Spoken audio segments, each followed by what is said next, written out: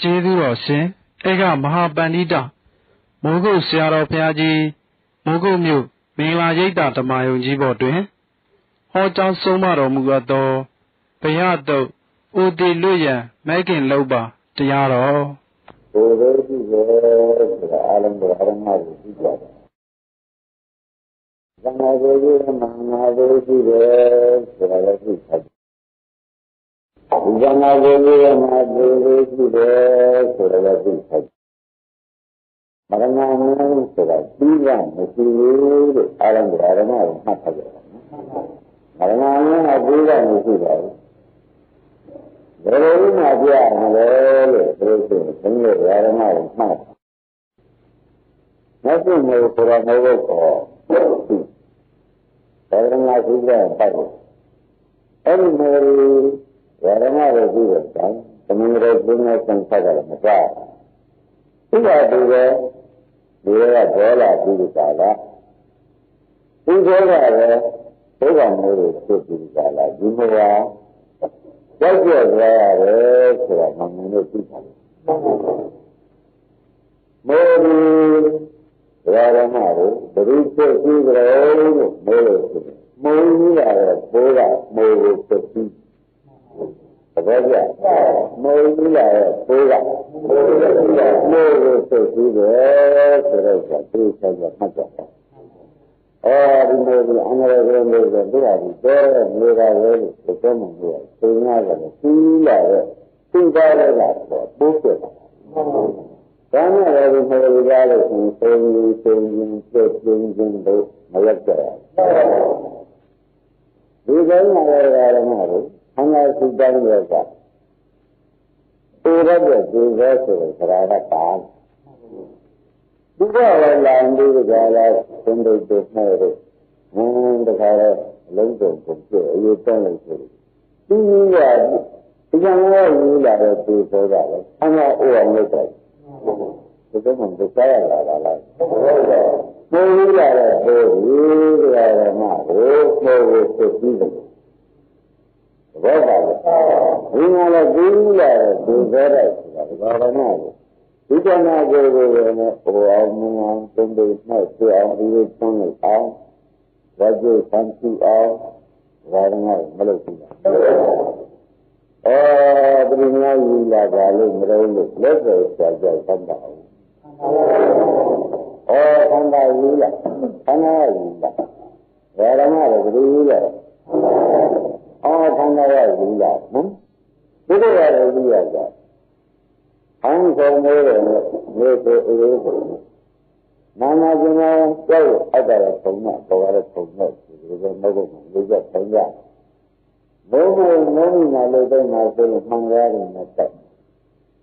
အပေါ်အတက်ကိုညလို့ဒီလိုကျမ်းလာဆိုညင်းကြည့်ပြပြီးပါလားထားတဲ့ဆဲမှာဟောင်းကိုယ်လို့ဆိုဒီကနေ့ဘယ်လိုပါလဲဒါကြောင့်ဘုန်းတော်ရဟန်းတွေဘယ်လိုယူဆောင်လာလို့ဘယ်တော့ကြောင်ယူရတယ်ယူရတာမလိုက်ပါလို့မလဲ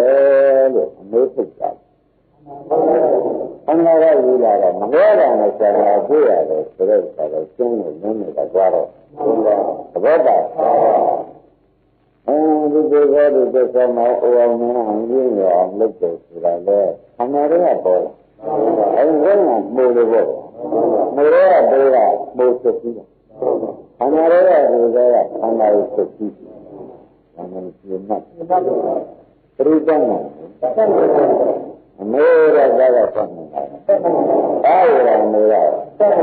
မကောင်းနိုင်လို့နဲ့တန်းနိုင်တဲ့ဆံကိုပူလိုက်တယ်နဲ့ဆေးလိုက်တယ်နဲ့ရင်ပူလိုက်တယ်နဲ့မြေလူလိုက်တာနဲ့တရားဓမ္မတွေကယူရတဲ့ဖတ်ရကြည့်တယ်ဆိုရင်မလို့ဘူးဗျာ။တန်းနိုင်တဲ့ဆံလေးကလာယူရတယ်သံဃာဒုက္ခလာမြေဒီသင်္ကြန်ပြန်လာသေးဘူး။ဒါမှချင်းလည်းဒီလိုနဲ့ကိုမဆက်လာအကြောက်ဖြစ်ပြီးမျိုးပုံလုံးတွေပြေးကြတယ်။ဒါအပူတွေဆိုတာလည်းကြ။ဒီလိုလာတဲ့ဘိုးကသူ့ကိုနှိမ့်ဆက်ဘလို့ဒီကံကသူစိတ်တောင်းတဲ့ခန္ဓာတွေကပါလာတော့သူသောခန္ဓာကစံခန္ဓာကိုလောင်ကျွမ်းတယ်။သ ဘောပြသူသောခန္ဓာကဘာလို့ဘာနဲ့လဲဘာနဲ့လဲကျင်းနေတာမှာပဲအိုးလာပြီဆိုတာသင်ကြားလိုက်အမေကြီးရတာဘာလို့ညာလုံးမှာတော့အမေဆိုတော့ကြီးရလိုက်တာမေလုံးမှာပြန်ဘာလို့လဲမှာမင်းတွေ့တဲ့ခါကျတော့တို့ကသူ့မဟုတ်ဘူးတကားကကြီးရနေကြတယ်မမင်းနဲ့မြင်ဘူးပါအတူပဲဒါကမှလည်းအတူပဲဆိုတော့တော့ကောင်းကောင်းရှင်းမှတ်တာဒါ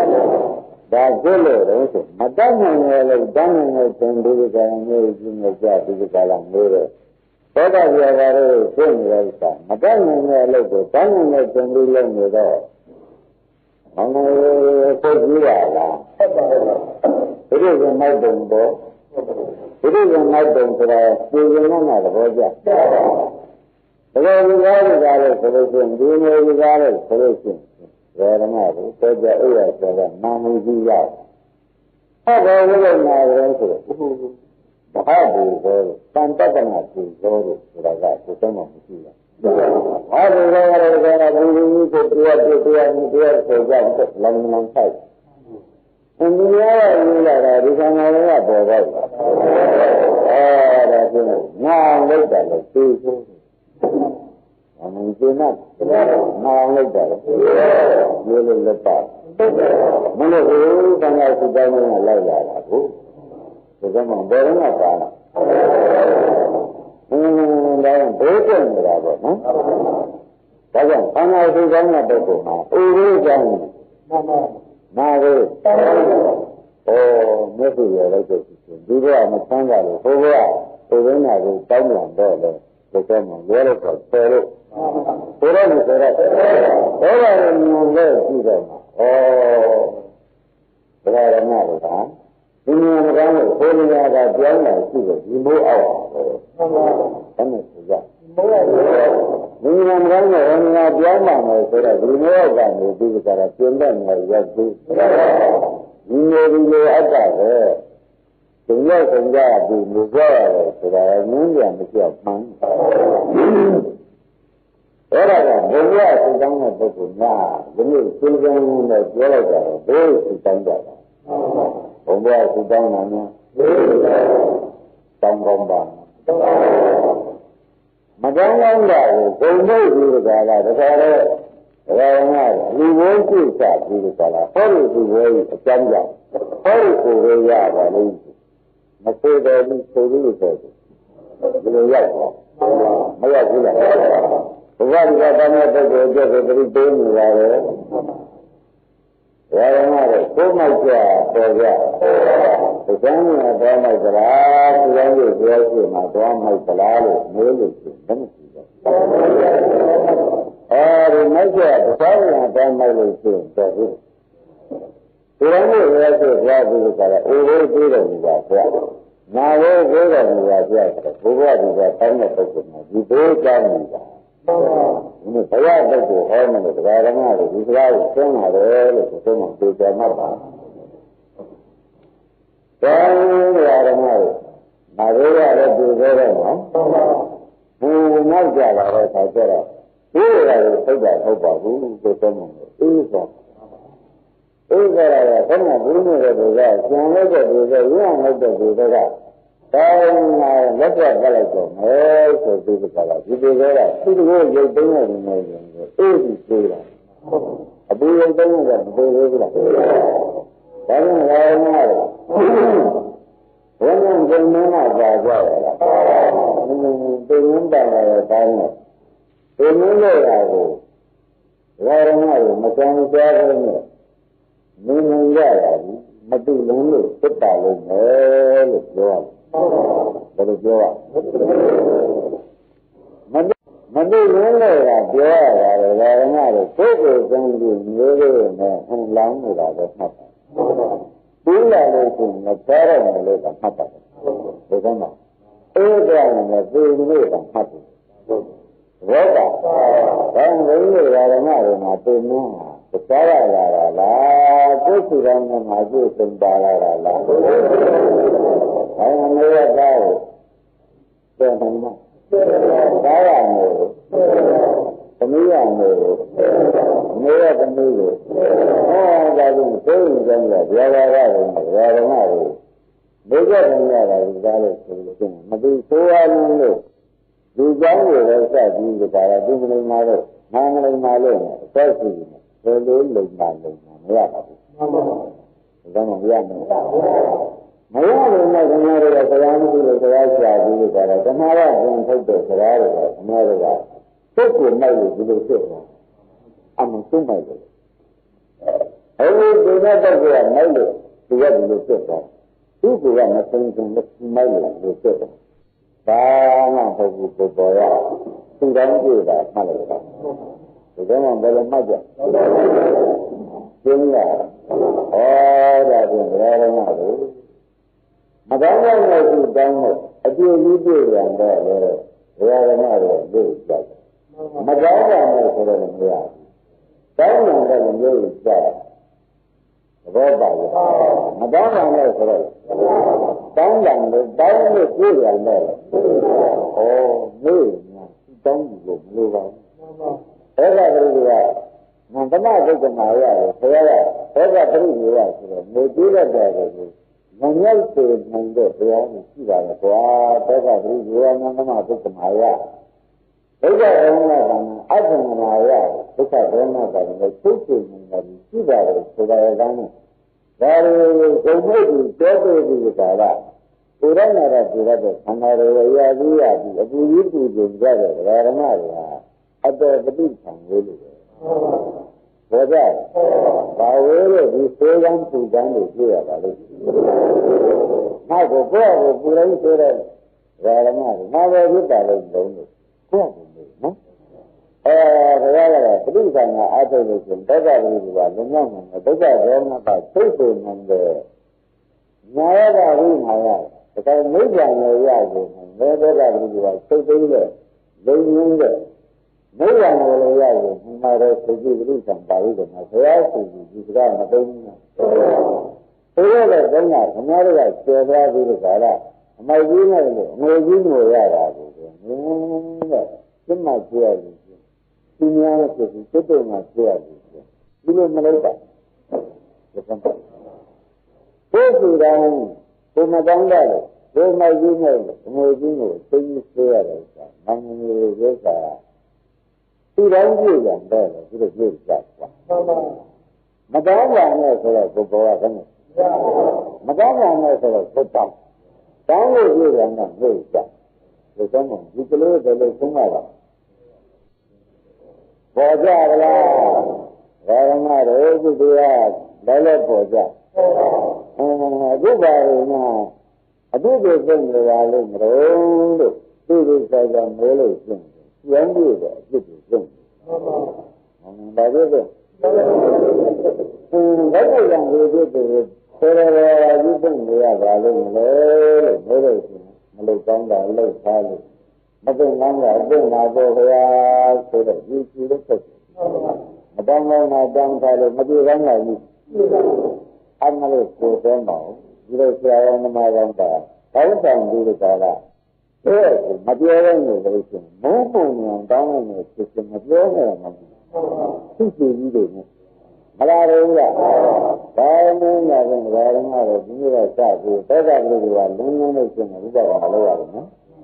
ဘုရားရောကသိသိနေတော့မိဂံရောက်တယ်နော်အဲ့ဒါဘုန်းကြီးကပြောတဲ့စကားလို့မှတ်ပါမယ်ဘုရားရှိခိုးမဆုံးတဲ့စကားလို့မှတ်လိုက်တာဒီစကားပါလေအဲ့တော့အိမ်မှာများပူလိုက်တာဆွဲလိုက်တာကြောင်းကြလိုက်တာလေလာလို့ရှင်ဟောမင်းဘာမှမပူနဲ့မင်းသူတော်ကြည့်တာမင်းဆောင်ရုံပဲလို့ကိုယ့်ကိုယ်ကိုသိတဲ့ကောင်ဘယ်လိုပြောမှာလဲမင်းသူတော်ကြည့်တာမင်းကဆောင်ရုံပဲမင်းလိုက်ကြည့်တာမင်းကိုယ်တိုင်ကြည့်ရတာပဲဆိုပြီးကိုယ့်ကိုယ်ကိုသိတဲ့ကောင်စမ်းပါပရိသေတွေဘယ်မှာကောင်းလို့ဆိုတာကိုတုံးထုတ်စမ်းတာလို့ပရိသေလိုက်တာလေအဘောပါကြတိုင်းဒါဖြင့်ဘယ်ရမဒီလိုတရားကြီးဒါဆိုရတဲ့ဘေးဟိရာဇိဆိုတာဗရမဒါကြောင့်ခန္ဓာရှိတောင်းတဲ့ပုဂ္ဂိုလ်ဘေးသုံးပါးနဲ့ရှင်းရတာလေဘယ်လိုရှိလဲဘေးသုံးပါးနဲ့ရှင်းရတာလေဆိုတော့ တယ်ပြောလိုက်တော့အဲ့ဒါလည်းတော့ဘာလို့ဖြေရဒါကြောင့်ဘယ်လိုမဖြေရဘူးအဲ့ဒါကြောင့်ဘုရားဓမ္မကိုဘာမှသိတောင်းလို့ရှိရင်ဒီလိုပူလို့ပြည့်စုံတဲ့ပူသိသိဆိုရတာလေဟုတ်လားဘာမှသိတောင်းတဲ့ပုဂ္ဂိုလ်မှာနာရီကိုပြေးတတ်တဲ့ပြည့်စုံတော့နာရီကြီးဆက်လာနေတာပါလေတကယ်ကြခန္ဓာသိတောင်းတဲ့ပုဂ္ဂိုလ်မှာပြေးစောလို့ဒီတော့သိတတ်ရကြတယ်ပြည့်ရတာလေကျုံတော့သိတတ်လို့ပြရတာလေပါမပါသိမကြဒီလိုပြောပြီးတော့ဒီလိုသိထားတော့မှခန္ဓာရှိတာသိကြည့်ရလားသိမှားကြည့်ကြည့်တာကျမ်းဉာဏ်ပုံပါတော့လားသိစားမပြင်းဘူးတောင်းတဲ့ဒီဒုက္ခရဲ့ကြောင့်ဆိုတော့မှန်ပြင်းတ်ဒီဆံကိုပြင်းတ်တယ်အတော်မဆိုးဘူးလားအဲ့ဒါအခုပြိတိုးလိုက်တဲ့တရားကိုဘုရားတော်ကလည်းတရားဓမ္မကိုမှတ်လိုက်တယ်။အိမ်မှာသားတဲ့တမျိုးတွေသေကူမျိုးကိုလာခဲ့။မင်းတို့ကလည်းဆိုလို့ရှိရင်ဒီတူတွေကပြိတိုးတဲ့ဒီမှာမဟုတ်ဘူး။မင်းတို့ကနောက်ဘုရားကမလုပ်သေးလို့မင်းတို့ကမသိကြလို့ဒီကောင်းတော့ဒီတူတွေကမင်းမိုက်ကျေပါဆိုလို့တမီးဆိုလို့လည်းမမှတ်လိုက်ပါနဲ့။ဒီနတ်ဗျာဒါဆိုတာတမီးဆိုတာကကိုမိုက်ပြစ်တာကျူးသေးတယ်အဲ့ဒါကိုရှင်းရှင်းလင်းလင်းထားတော့မှတကားကိုဘုရားကလေးပုံမှန်ဆံလို့ရှိရင်မင်းတို့ကမလုပ်တော့ဘူးမင်းတို့ကမသိကြလို့မင်းတို့တော့မင်းမိတ်ဆံဆိုလိုက်မင်းကမဟုတ်ဘူးတကားလားဒီအပြစ်တွေညီတွေတော့လို့မဆိုကြဘူးဆိုပြီးဆိုတယ်ညီုံပဲကမှကျင်းတ်တယ်ဒီလိုရတာလည်းကျင်းတ်ကြတဏှာလဲလာတာလားအကြီးကြီးကျယ်ကျယ်တဏှာလဲလာလားဆိုတော့ဒီလိုလေးသိနေပါဦးကြီးကြီးကျယ်ကျယ်တဏှာကြီးလဲလာတယ်ဆိုတော့ဒီလိုဟာကျင်းဘာမှတန်တော့မရှိတာနော်ဒါကြောင့်ဘုရားရှင်ဘုရားကြီးကသိကြနေတာမဟုတ်ဘူးဘုရားတုတ်ဆိုပြီးကြတာဟောတော့ဘာရမလဲသိကြနေတာပါဠိတော်ကိုရအောင်နော်ဘုရားဟုတ်ဆိုပြီးကြတာဟောတယ်တဲ့ဒီလိုလည်းမညာပြေးနေတာကွာအကြောင်းမရှိတဲ့ဒီလိုလည်းမညာပြေးနေတဲ့အလုံးကပြင်းတယ်ငါပြောတယ်ဆိုတော့လည်းကြည့်ချင်းအလုံးလုံးဆက်ဆက်ကုန်တယ်ဒီလိုလည်းပြေးနေတာဒီဆက်ဆက်တယ်ဒီလိုလည်းပြေးလို့ဘုရားရပါရဲ့ဒီလိုလည်းပြေးလို့ဘုရားကဘုရားမြတ်ကြီးကဆက်ဆက်ကြဘယ်လိုကြောင့်ဆက်ဆက်ပါလဲလုံးဆိုတော့အကြောင်းကိုမရှိတဲ့ပုဂ္ဂိုလ်ပြေးလို့မှုဆက်ဆက်တာဘယ်လိုပုဂ္ဂိုလ်ပြေးလို့မှုပါလဲအကြောင်းကိုမရှိတဲ့ပုဂ္ဂိုလ်ပြေးလို့မှုဆက်ဆက်ပါလေဆိုတာကိုသိချာဖတ်ဒီလိုပြေးလို့ကမင်းမသိဘူးနော်သိကြလို့ဒီသုံးမှာသုံးဒီလိုတော့ဆိုမင်းကဘယ်လိုရကြမ်းမရှိဘူးတော့မိရင်းနဲ့သိချက်တာလို့မလုပ်တဲ့ပုဂ္ဂိုလ်ကဘာရပြေးလို့ဆိုမိလို့ဆိုအမေနဲ့ခေါ်ရမှာဆိုလို့အမှန်တမ်းလိုက်တတ်တယ်လို့အကျမ်းကြီးမရှိတဲ့ပုဂ္ဂိုလ်ကဘာရလဲဒီစကားသုံးတယ်အမေရောသုံးတာဟဲ့အဲ့ဒါအကျမ်းကြီးမရှိလို့ပြောနေတာဘောကြအမေကမိတဲ့တော့ငါ့ကိုကာလဒုက္ခအလိုက်မိတို့တွေတင့်သွားမယ်ဆိုရင်မင်းကတန်းကိုကိုရရည်လို့ဆိုပြီးကာလကောင်းမျိုးကိုရရည်လို့ဆိုပြီးသားကဆိုရင်မိကဆိုရင်အဲ့ဒါအကျမ်းကြီးမရှိတဲ့ပုဂ္ဂိုလ်ကြီးဆိုလို့သိနေမှာနော်မင်းနန္ဒကဘုရားရှင်ကိုရမေကြီးကမင်းနဲ့သာဆိုးနေပြီသေးကွာဘုရားကြီးကလည်းရာဒီရိုးရိုးကမြင်နေဆိုတော့ဒိဋ္ဌိကသိနေဆိုလို့ရှိရင်မင်းနဲ့သာကြောရည်ဖြစ်ပြီးကြလားသိကြတော့မသိငဲတော့မသိရပါဘူးအမှန်တန်ကြားနေမရှိတော့ဘူးစံပါမှုသိနေတယ်ဒီလိုတည်းမှာပေါ့ဗျာဘာကြဒါကဒေါ်လာလူတွေကနေမြို့တက်တဲ့ဘုံမျိုးတွေပြင်နေဆိုလို့ရှိရင်နေရဥဒ္ဒရာတော့ဘာလဲဥဒ္ဒရာပြေးကြတဲ့အတွက်နေရကောင်းတယ်ဒါရမျိုးမကောင်းဘူးဒီလိုလေးနဲ့ကြောက်လိုက်တာဆိုပြီးကြောင်းနေရှိတဲ့ပုဂ္ဂိုလ်ကပြေးပြေးလို့ရှိတယ်ကွာကြောင်းနေရှိတဲ့ပုဂ္ဂိုလ်ပြေးလုံးက30ပါလောက်မှန်တယ်30ပါလောက်ဆိုတဲ့အခါကျတော့ခဏကဒီလိုကိုမင်းမသားကြွရတယ်ဆိုတော့ပြေးတတ်နော် ရေသေးတွေလည်းပြေးတတ်ဘုံမိုးတွေလည်းပြေးတတ်ပါလေအဲ့ဒါပြေးကြထုတ်ပါဘူးကွာတဲ့အဲ့ဒါကိုငါပြောဆိုကိုရမကြီးပြေးချပြောရမယ်ဒီလိုဆိုတော့ဥပ္ပယပြေးလို့ဆိုရင်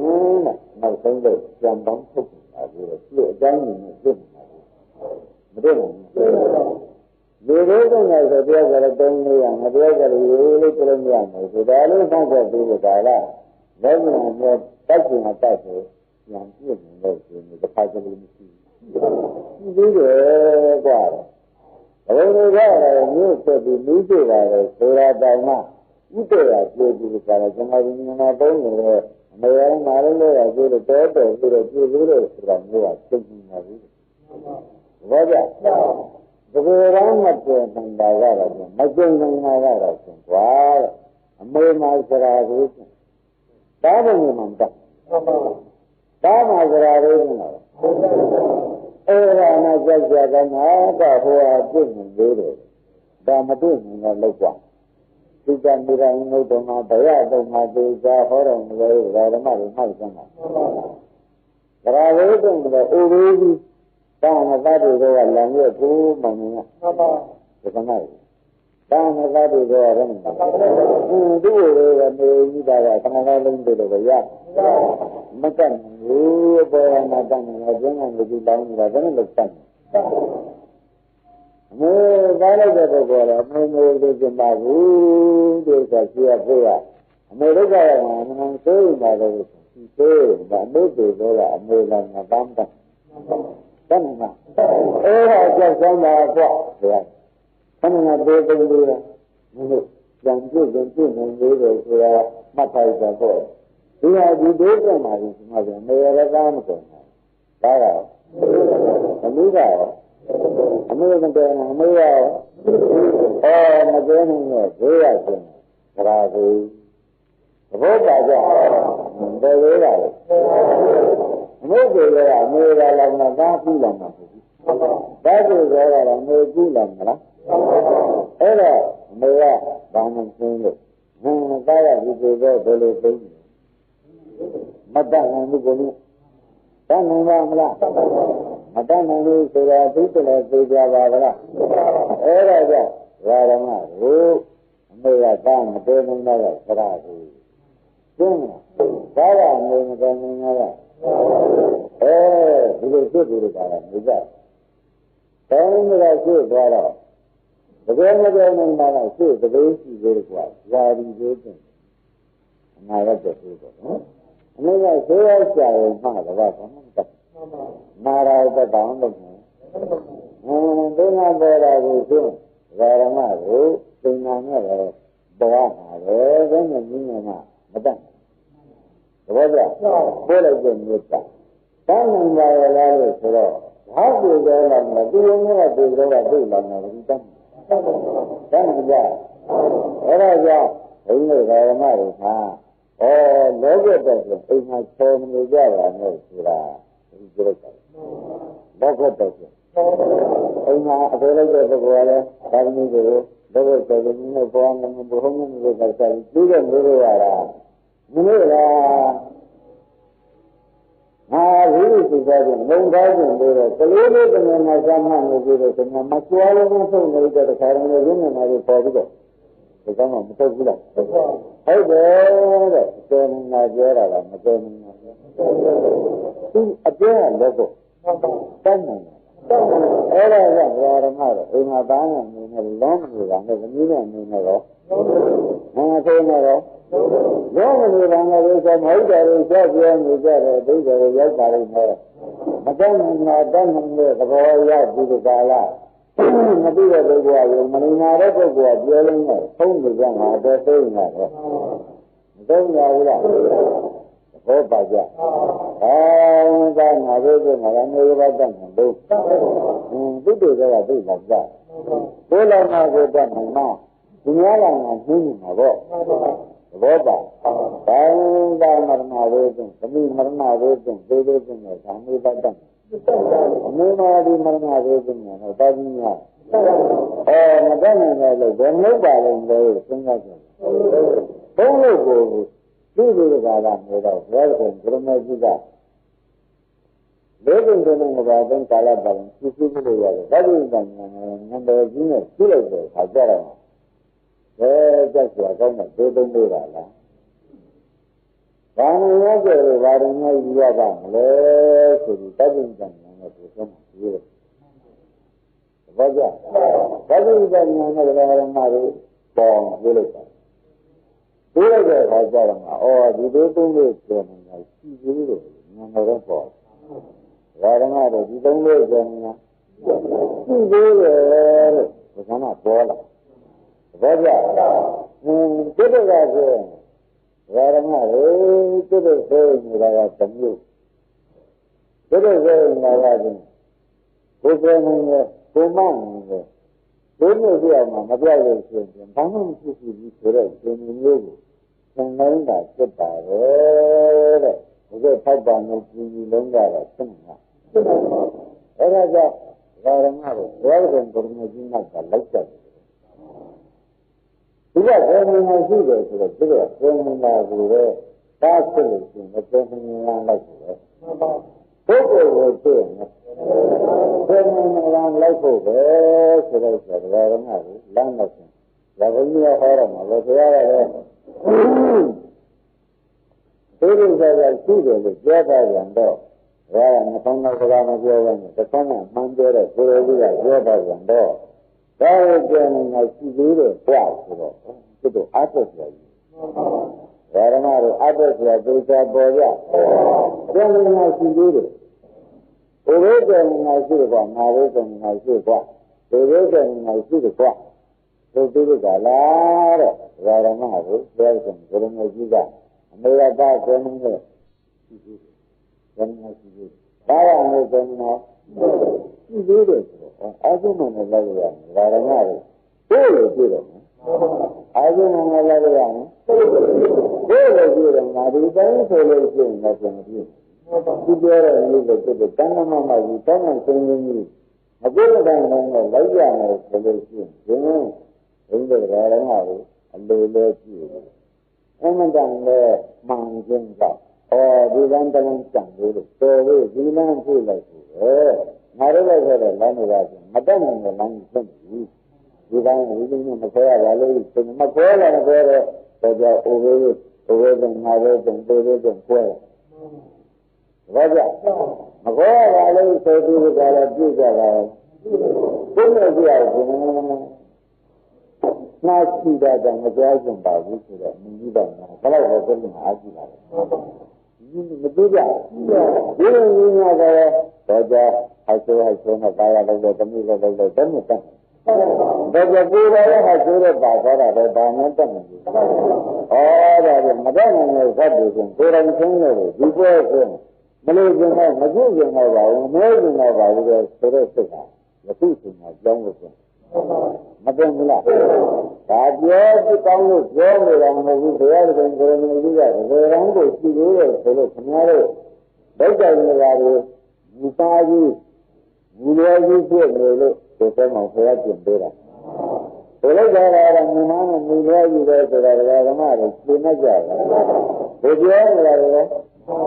မာရီရောလောကုတ်လို့ဆရာဘုန်းကြီးလည်းတောင်းလိုက်ပါပြီအမေရတာပြောနေတယ်သာယာနေပြန်ဒီလောကကိုနဲ့ပြည့်မျိုးကြနေရမလို့ပါဘူးလောကမဟုတ်ဘဲနဲ့အလုံးနဲ့ပြရလည်းမသိတိုင်းနဲ့လောကမဟုတ်ဘဲနဲ့လုံးနဲ့ပြရလည်းရလို့ဆိုရင်ဓမ္မတွေလျော်ပြီးတောက်ပါလို့မဟုတ်ဆိုတော့ဘုရားရှင်ဓမ္မကြီးလေးလုံးကကဘာတုံးကာရပါရင်သိသိရတဲ့ပါရမီသိဖို့ကြောင့်ဉာဏ်ကြီးရဘူးကာလဓမ္မတွေကဘုရားပြောပြနေလို့ဒီတုံးလေးမှလေရဲရရှိသေးတယ်လို့ပြောတဲ့ဖြင့်သူအမှားလိုက်နေတဲ့ပုဂ္ဂိုလ်ယနေ့သင်ရှင်သေးကြတာဒီလမ်းကြည့်တယ်လိုက်ဖို့သင်ရောက်ပြီလို့ဆိုတာသာဘုန်းကြီးကပြောမတတ်ဘူးမလားသဘောကျကြဒါလုံးတာဆိုဓမ္မတို့ငါတို့ပြေးလုံးလို့ဘုဒ္ဓရှင်တို့ပြေးလုံးလို့ဒီတွေ့တယ်ဘုရားကအဘိုးပဲသဘောကျသူတောင်းနေတာဘုရားကအမေကင်းအနာကျင်းစင်ပါသူကပြရပါလိမ့်အသက်ရှိတယ်တောင်းရငါတော့စင်လိုက်စင်သိရှိလို့ပြရပါလိမ့်တော်တော်စင်သိရှိဩတာ တော့ရှင်လူကြီးနာကြီးတော့မရှိဘူးအခုရှင်လူကြီးရှိသေးရဲ့ဓမ္မကိုခင်ဗျားတို့တောင်းနေတဲ့သူတွေကတကယ်မသိနိုင်တာကြီးလို့တောင်းနေကြတယ်လို့ဆိုလို့ရှိရင်မလို့ပေါ့ဗျာသဘောပါကြစင်တာကြီးကအနာကျင်းလို့ဆိုရှင်ဓမ္မတို့ပြီးတော့မပါဘူးဆိုတော့အမှန်ကြတော့မှာပေါ့ဒီကြရည်ကစင်တာကြီးကိုစင်တာကြီးနာစင်တာကြီးတွေတော့ရှိဒီလိုပဲကြားပြီးတော့ဒါကြောင့်အနာကျင်းစင်တာကြီးဆိုလို့ရှိရင်ဘယ်တော့မှမတွေ့လို့ရှိရင်တောင်းကြတာပေါ်ရမ်းကြတာပေါ့ဆိုတော့ဘုန်းကြီးကအားပေးပါတော့အခုဒီလိုသိကြပါရဲ့လားလို့ပြောတော့မဖြစ်လို့ငါတော့အဲ့ဒီလမ်းကိုဘုရားကမဟောတော့ပါဘူးအနာရှိတဲ့လမ်းကိုကျင့်ကြောင်နေလို့စားနိုင်လို့ကျမ်းမှာဘုနာတိလက်ပါမကြောင်စားရနဲ့နေရတယ်ဆိုရင်အိုနာတိသက်သေးတာမကြည့်ပါလိမ့်ကြောင်ကျင့်မှအနာရှိတဲ့လမ်းကိုအိုနာတိသက်သေးပြောမလားအနာလူရဲ့လမ်းကိုလဲလို့ဆိုရင်အိုနာတိမှစံကွန်းတယ်သဘောပါကြအဲ့တော့ဓမ္မတွေကတန်မြင်နားနဲ့မထောင်ပါနဲ့အမှန်တန်ကြည့်ကြတဲ့နားနဲ့ထောင်မှတာလည်းဒီတရားကလည်းမရပါဘူးတဲ့ဓမ္မနာနားနဲ့ဆိုလို့ရှိရင်ရဖို့မရဘူးဘာလို့လဲဆိုတော့ဓမ္မတွေပတန်တရားလုံးဒီပွဲတွေနှဲကြရတာလေမိုးရည်ပဲဘာလို့လို့မိုးကြရအမိုးတွေလို့မိုးကြကြရတော့မကယ်နိုင်ရလို့ကြကြတယ်မိုးသမုဒ္ဒရာကိုလေးစုံကြီးကျက်ငါးခုပဲဆိုတာလည်းသက်သက်တိုင်းမှာသိချလာမလားဘူးလားမကောင်းနေလို့မိုးဝဲကြီးဆင်ခဲ့ရတယ်ဘယ်တော့မှညားတယ်ဆိုတာလည်းနင်းရနေလို့မလို့တော့ပါဘူးဒီလိုဘာနေရာမှာဒါဖြင့်မိုးသိတဲ့လမ်းဘုရားဘုန်းနဲ့လမ်းလိုက်ဖို့အရှင်းရောက်လားဟုတ်ပါဘူးငါပြောရှိတောင်းပြပါလိမ့်ကွာငါ့အိမ်မှာဆိုငါမြင်လို့ငါပြောရှိတောင်းပါလေမင်းတို့အိမ်မှာဆိုရင်မြင်လို့ငါတရားရည်ရဆိုဒီကလာအကျဉ်းချင်းတတိယံမရရယူပါတယ်ဘာကြောင့်တတိယံကြောင့်ရယူတာဒီကရမသူ့အိမ်မှာဆိုကိုလေသက်သက်လုံးလို့နော်အားလုံးသောပုဂ္ဂိုလ်တို့အိမ်မှာဆိုလည်းသက်သက်လုံးလို့ရမဟောတယ်သူ့အိမ်မှာဆိုသက်သက်ဘယ်လိုလဲဒီများအိမ်မှာဆိုသက်သက်ဘယ်ဟောတယ်ဘာကြောင့်အဲဒါသူ့အိမ်မှာဆိုသက်သက်တော့ဘုရားမြတ်ကြီးပါဖြစ်တယ်သူများအိမ်မှာဆိုသက်သက်တော့ပါလို့အဲ့ဒီတရားတော့ပါလာသဘောပါကြဟောဒါဖြင့်ဓမ္မတွေလေးလေးနဲ့လိုက်သားလို့ဆိုရင်သင်ရည်ဆိုတဲ့ဥစ္စာကိုသင်ဘာမှမင်းငံကြပါနဲ့လို့ဒီကနေ့ပြောဒါဖြင့်ဘုရားကဘုရားမြတ်ကြီးကကျမ်းနာမှာပါချာဒီကမှာမင်းတရားဓမ္မမင်းစိတ်မျိုးတွေရမအိုခြင်းမနာခြင်းမသိခြင်းလို့ရှိရင်ကွာတဲ့မင်းတို့ကလည်းဆိုလို့ရှိရင်အားကိုးရဖြစ်ဖြစ်တယ်မင်းတို့ကဟောပြီးကြတာကျန်မှာပါကြမင်းတို့မျိုးတွေမင်းဆုံးလို့ရှိရင်မင်းတို့မျိုးတွေမဝရမနာမတရားမဆိုခြင်းမင်းတို့ကဟောပြီးကြကွာဘောကြဒီနေ့ဓမ္မတွေဘာဥမာနာမှာကြောက်လို့ရှိရင်ဘာလို့ရအမေမနာမှာဒီမှာကြောက်လို့ရှိရင်ငါသားကြီးများကအမေနဲ့တင်တရားလုပ်ပါပြောကြတယ်ဟုတ်ပါဘူးဒီလိုဓမ္မတွေကောင်းကောင်းကျင့်မှတ်ဒီကမှာလားဥပ္ပါနိုင်ငံဘုရားမဲ့တော်ဆိုတော့ဒီကောင်းကောင်းနိဗ္ဗာန်ပေါ်လာတယ်ဆိုတော့ဥနာတိလန်းစံကျင်းတဲ့နိဗ္ဗာန်ပေါ်ဆိုတာလည်းအကျဉ်းသားပဲမကျဉ်းရဘူးအဲ့တော့ဒီလိုပြည့်ကြတာဒီကရံကလည်းလုံကြီးနဲ့တင်းပြီးကျန်တဲ့ကျုံပါလိဒီလောကအလုပ်ကိုရုပ်သိမ်းပြီးကြတာတကယ်တမ်းတဲ့ကျုံနဲ့အလုပ်ကိုလိုက်တာဘောရလောကလုပ်ကိုပါတဲ့ရုပ်သိမ်းရတာတော့ခင်ဗျားတို့ကမဟုတ်လို့သိရင်တော့ဟုတ်ရင်ဘုန်းကြီးတွေကထိုက်တယ်ပြေးတာတော့ပြေးတယ်ကြီးလားအဲ့တော့ခင်ဗျားတို့လောကအမေကဖြစ်တဲ့လောကကြီးဒါရအမေကိုဘုန်းကြီးကလောကကြီးအဲဒီရုပ်သိမ်းလာတော့တရားကြီးကခင်ဗျားတို့အမင်းကြီးလည်းနဲ့စားတော့အောင်ပြောတဲ့ဗราမျိုးနဲ့အကြည့်ကြည့်ဘာကြအမင်းကမဆွဲရသေးပဲနဲ့အမင်းကစားတယ်ဘယ်မှာတောင်းမလို့လည်းနဲ့တော့အမင်းကစားတော့ပါကိုယ်ကဘာမှမ là cái lối của một số đây cũng là đi nhà là người ta rồi người là cái là gì lối của đó đúng không? Anh ấy nói cái gì à tôi chuyện đấy nha tôi thấy là lối của đó được không? Qua mà người nghe nó đừng nghe là người mà rồi này sẽ là rồi đừng nghe ra đừng bao giờ người nói chuyện thành ra đấy đừng bao giờ người thôi như là người ta dành tay người ta là cái mà nó không được dùng cái này mà nó không được là người ta bảo chứ dành tay người rồi đấy nó chỉ ra đó là cái mà nó là cái rồi Yes, sir. Then really, from there, I know the Guru the person from the Jima. No, who said that?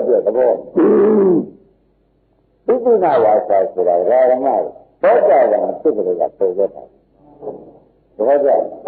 That's why I'm here. Where am I? The woman power. What that? So now, and I know that I'm saying, what I want to do now, set the back. Every day, I do that, from the well to life. There are the same thing. But I am here, and I know that I'm comfortable. Niana is amazing. I don't know like to wear. Then there are another. So that in the question, Ninja, I'm relation. A more than the phenomenon of yoga. ஒரு மீனிங் சொன்ன எல்லாமே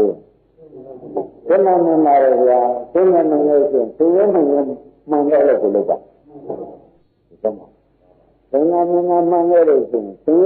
மங்கள கொடுப்பா அழகாக பேசி சொன்னதானே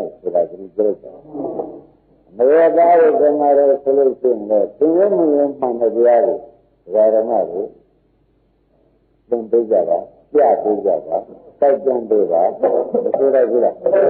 अरे बहुत देते ये रंग पूजे का देने से मैं जाता मैं देगा तो बोया बोला लेके मेरा मारो यार अंदर में ये सुन ना मारो मैं सुना मुझे नहीं ना हुआ मुझे दिन में जमा में क्या है दोनों अभी क्या कोई नहीं दिखाया मेरा बात नहीं ताया मुझे नहीं लोग Maybe how to the Magua, and how to go on. Living in the Wadin, Calabar, and Tulu, among the jailers, people only in the Gua. What's that? Nothing like that. Varamara, you can be done, no, never my life, so I don't do nothing. Varamara, when I like the balance, may I buy you as you know. The rank in our solution, and they are followers. Father, there is a dinner. And now I'm look. There was saying that if I didn't do the Pala, Pala was a good and made for night, the rank in Mayu, Mangé, or Palua. Never look on my bedroom on my solution. Where am I? Speaking of the book. Yamra, where are they? Where am I? Buddha Laya, parents, rather do that. Muslim, I look at. Muslim, better than your own. Where am I? Where are they? We are back running now. And I am making now. I'm not going to be better than the deed. Where am I? Saying, look here now. Look at that, Korea, Korea, Magaya Maga, that's a very good. Magaya Maga, I'm never Nana. Simra, that's a very general Sura, I'm never Nana, great animal. Baza, Oja Korea, Magaya, and Jimako.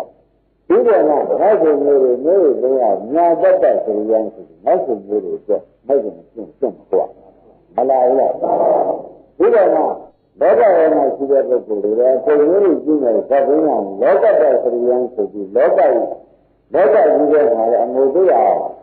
da ga le e na lo pe ni de အကြောင်းကိုလည်းသင်္နေနဲ့အကျင့်ကိုလည်းငါကျင့်မယ်ဆိုပြီးလောကတ္တစရိယံကိုလည်းအောင်မလားဒါကြောင့်စရိယ၃ပါးဆိုတာသဘောကျ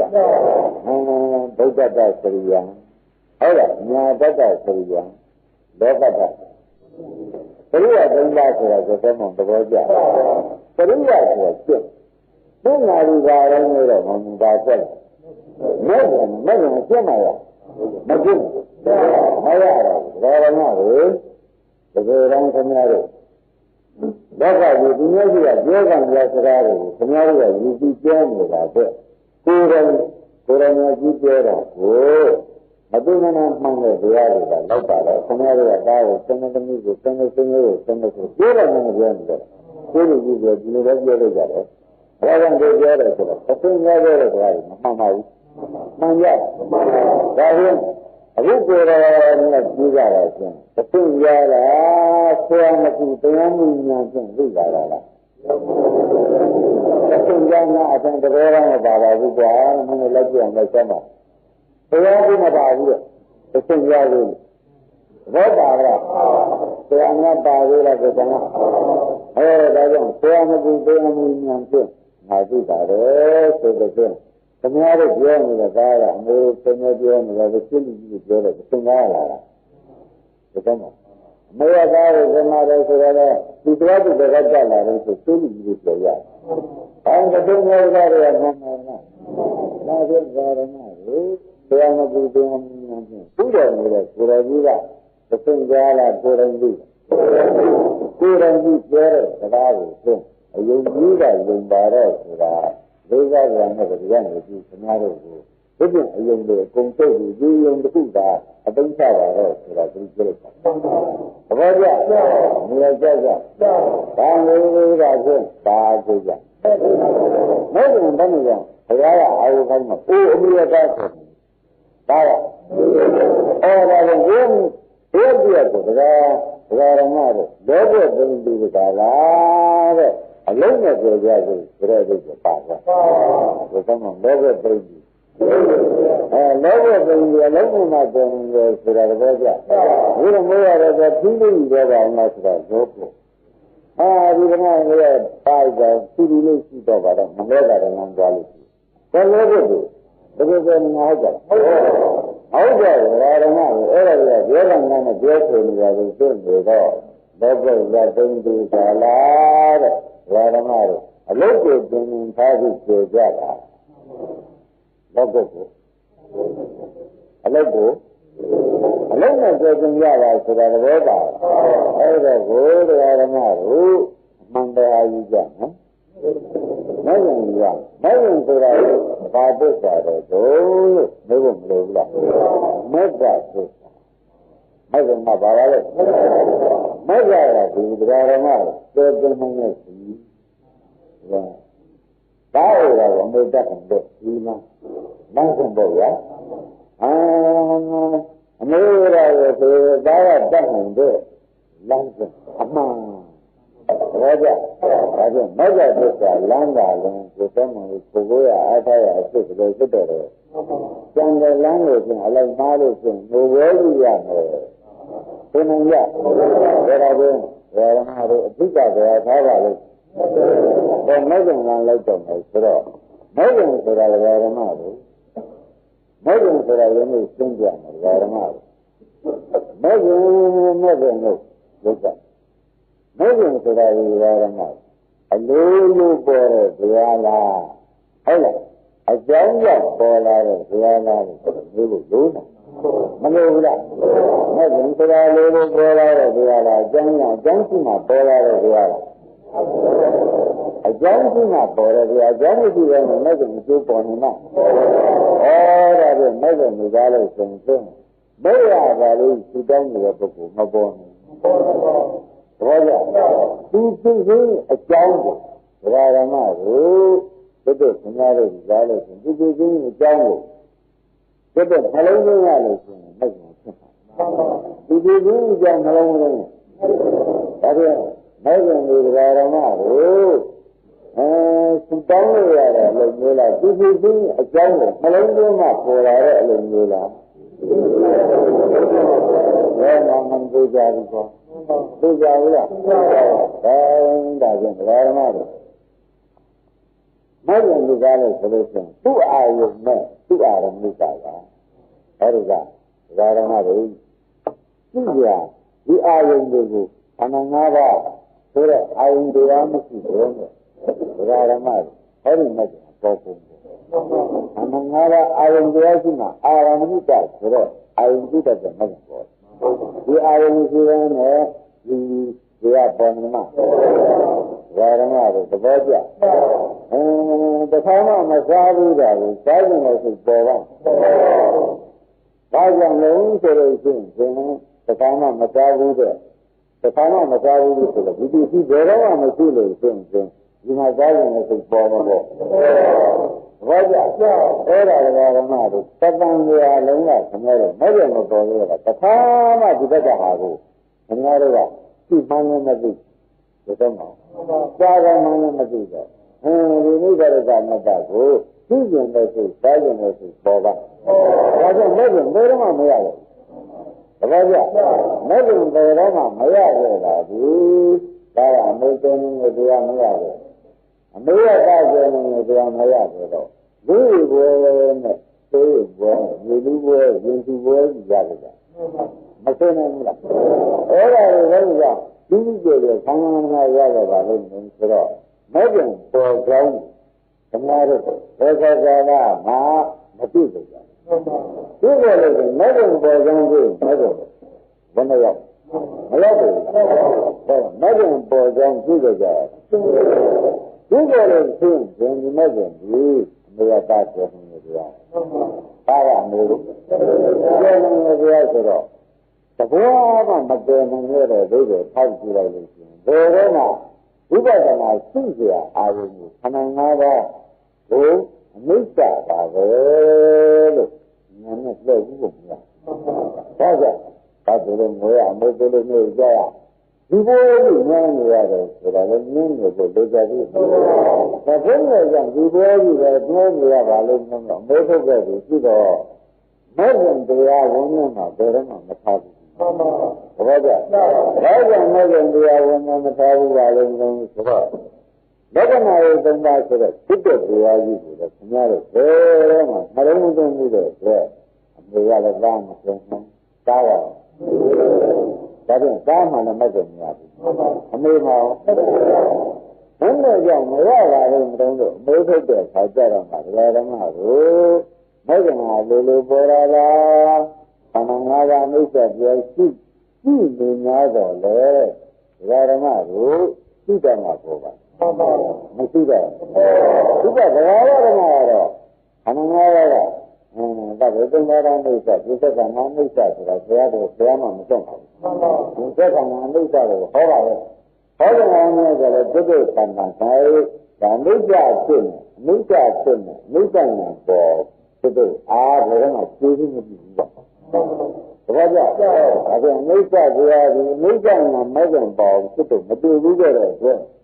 Kadang dia lama, ni, tak tinggi. Raja, ramai tak tinggi. Dia mana? Saya ni lama itu. Mereka dia menjaga, aman jaga. Ni jenis jangan tukar tu. Jaga. Ni jenis jangan. Dunia dah ni, tukar tu jadi sebenarnya jadi. Raja, tidak nak Malaysia. Malaysia, tu dunia tu bila kalau jalan macam mana? Berapa ada kalau boleh ada tu ni tak tinggal. Itulah, bawalu. Alulu boleh. Jangan nak. Tu jangan nak. Tinggi garis solusi bawa. Jangan orang ada juga ayu juga orang ni tak ada. Berabar. Ayu cuma orang ni tak ada. Raja. Ayu ni. Ayu orang ada. Juga ada. Ayu ni punya dia tak ada. Alulu. ခင်ဗျားတို့ကအာရုံကြည့်ဖို့ရေးကြည့်ဘုန်းကြီးကအာရုံကိုမှန်မှန်ကန်ကန်ပြောဖို့ရေးကြည့်ခင်ဗျားတို့ကဘုန်းကြီးပြထားတဲ့အာရုံကိုခင်ဗျားတို့ကမှန်မှန်ကန်ကန်သူ့တဲ့ကိုလှည့်ဖို့ရေးကြည့်ဘုန်းကြီးကပြဖို့ရေးကြည့်တယ်ခင်ဗျားတို့ကပြတဲ့ကိုလှည့်ဖို့ရေးကြည့်ဒီတော့မှရှင်းလားမကရဓမ္မတွေဘုန်းကြီးရေးပါတာလို့ပြဖို့ရေးမိစ္ဆာရှိကြတယ်မိစ္ဆာလို့ပြဖို့ရေးတာကဘုရားကြီးအရေးဘုန်းကြီးကြီးရေးဘာကြပြရတယ်ဆိုရင်ခင်ဗျားတို့ကလှည့်ဖို့ရေးတာတော့ဆိုရင်ဓမ္မတွေရေးသဘောကျအဲ့တော့ကိုယ်ရေးသူရေးတော့သိကြဘုရားပြန်လာတာကဒါကိုပြဖို့ပေါ့ဒါကိုပြဖို့ပြန်လာတော့ခင်ဗျားတို့ကဒီကဒီလိုပြလို့ဆိုငါကျဲသေးနေမယ်ဆိုလို့ရှိရင်နေပဲရမိမိညာကဘုရားပြတဲ့ဘက်ကိုလည်းရတယ်နဲ့ဆရာပြတဲ့ဘက်ကိုလည်းလို့ရှိရင်သားရမယ်ဆိုဒီနေ့ကခန္ဓာလေးရောက်လာမယ်ဒါရမယ်ကျန်ညာမျိုးကသားကိုဘောပါကြဒါကြောင့်ဓမ္မတို့ဘုရားပွင့်လာတာကြားလို့ကိုပွင့်လာကြလို့ဘုရားမျိုးဘတ်တော်ကိုပြောတင်နေတော့ပေါ့ဘယ်လိုကိုပြောတင်လာတော့ဒီကြရတော့ခေါ်တဲ့ပုဂ္ဂိုလ်ပဲဒီကြရတော့မလဲတဲ့ပုဂ္ဂိုလ်ကိုမပြောတင်နေတော့ဘုရားတခုဘုရားကိုပွင့်သွားတာလေဘုရားတဲလုံးနဲ့ညပွင့်သွားတာဘာဖြစ်လို့ကြမ်းနေလဲဆိုမလို့လည်းကြမ်းနေတာလေလူကလားဒီကြမ်းနေဒီမှာဒီတရားပေါ်မှာလူမနေရဘူးတရားဓမ္မတော့မဟုတ်တယ်လို့အကုန်ကြမ်းတော့ကြမ်းနေတာနဲ့နေရမလို့ဆိုရိုးရိုးနဲ့နေရကြမ်းနေတာနဲ့နေရဒီတော့ခင်ဗျာမလို့ရင်ဒါနဲ့နေရ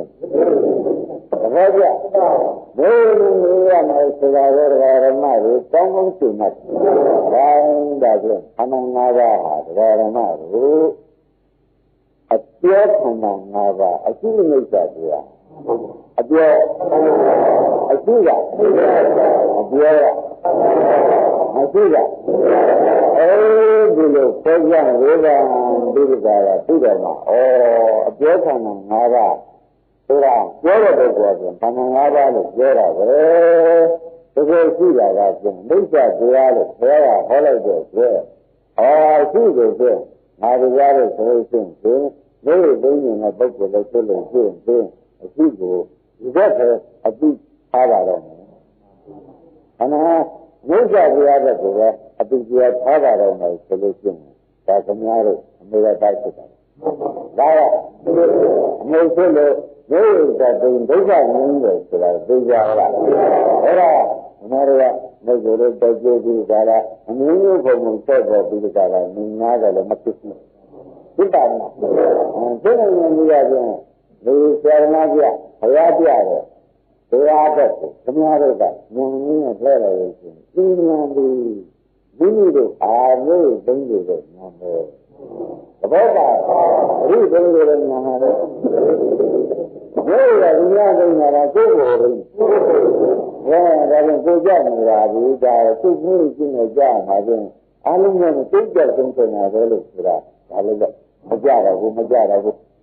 သဘောပါကြဒါကြောင့်ဓမ္မတို့အလုတ်ကိုပဲကြည့်ကြပါဘူးအလုတ်ကမရှိလို့ကြရတာလားမသိလို့ကြရတာဒီလိုဆက်ပါလားဒီကဆိုရင်ဆက်လိုက်တော့ဒါကြတော့မရှိလို့ကြရတာလားမသိလို့ကြရတာလားမတ္တရာရမတို့ကောင်းကောင်းရှင်းမှမလားမရှိလို့ရမသိလို့ရဒါဖြင့်အဲဒီမသိဖို့ဒီကာလပတ်လုံးချင်းမမ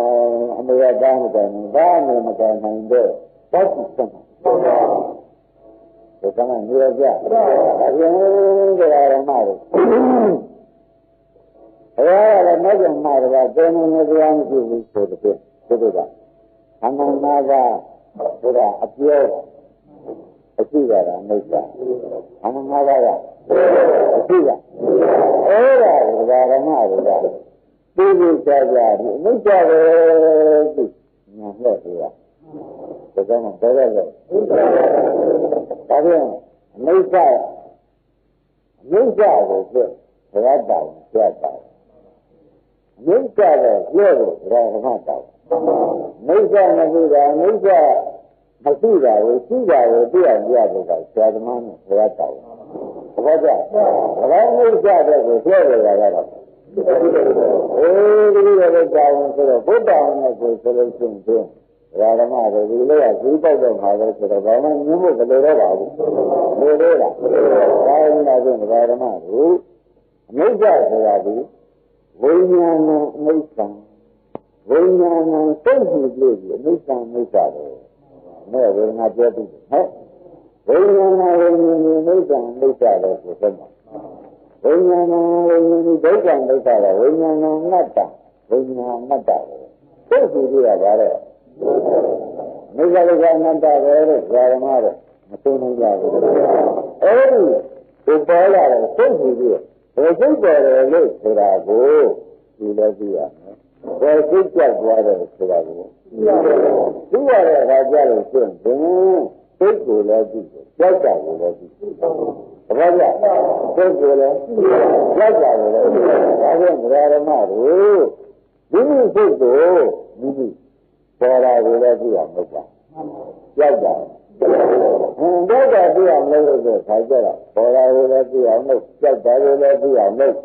ဆိုတော့ဓမ္မတို့ကြောက်နေမှဆိုတော့ပေါ်လဲပေါ်သွားလို့ရှိလည်းမရှိဘူးဆိုတာလေးသိကြပေါ်လဲပေါ်သွားလို့ရှိလည်းမရှိဘူးဒါကြလောကီမှနဲ့ရှင်းပြတဲ့ခါကျတော့ဓမ္မတို့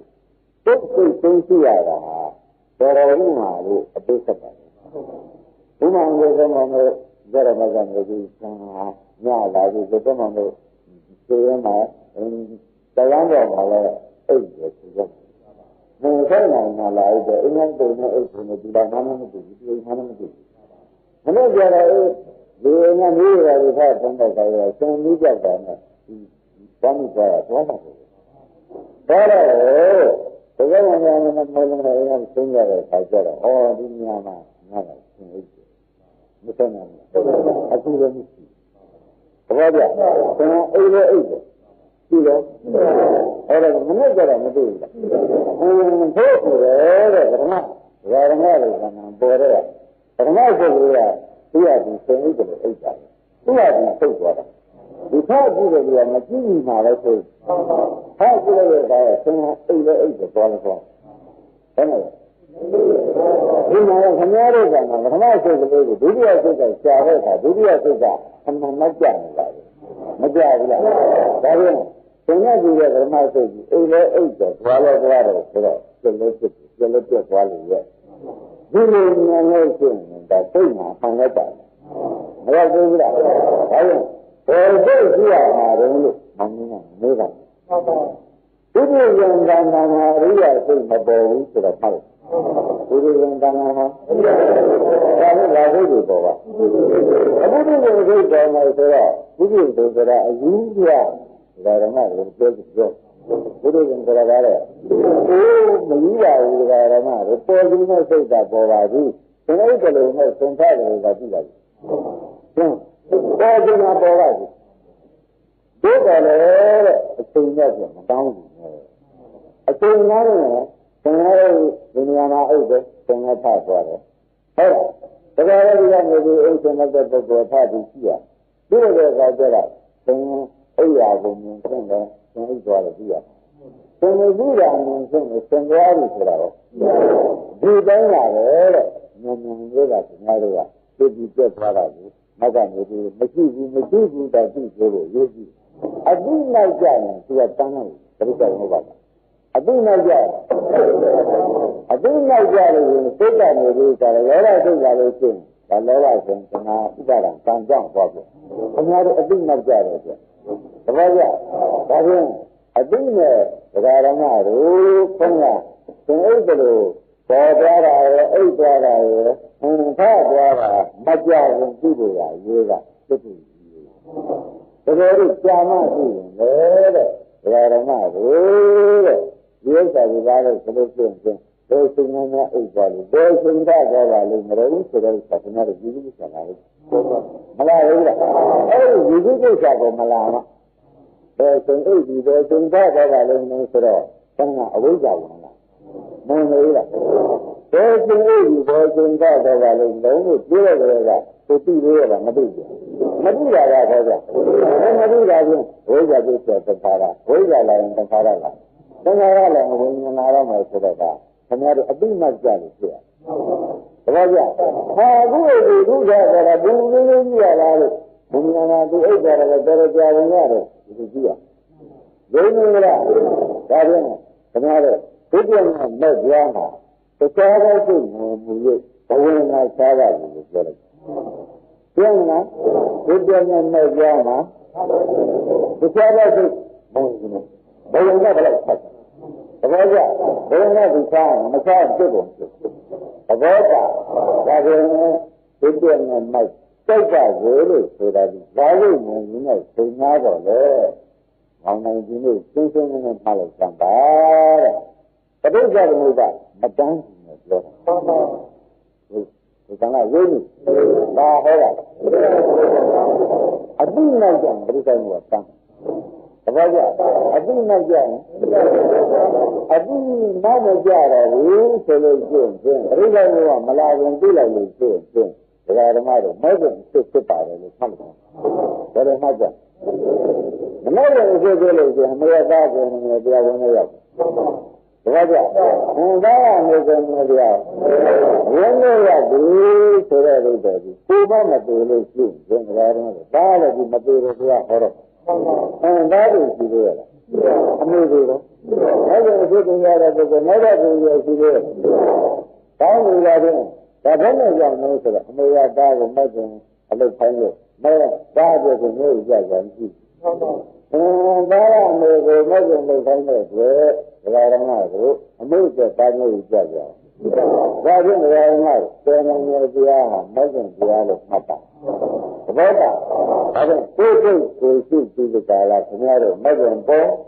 မဲ့ခြင်းပေါ်လို့ရှိရင်ခင်ဗျားတို့ကိုယ်လုံးကိုအကုန်သိကြည့်ကြလားကျေးဇူးနဲ့တရားဆိုရင်လည်းဒီလိုပြောလို့ဆုံးတဲ့ကိစ္စကျင်းမလားဒါလည်းဒီလိုတော့ကြတယ်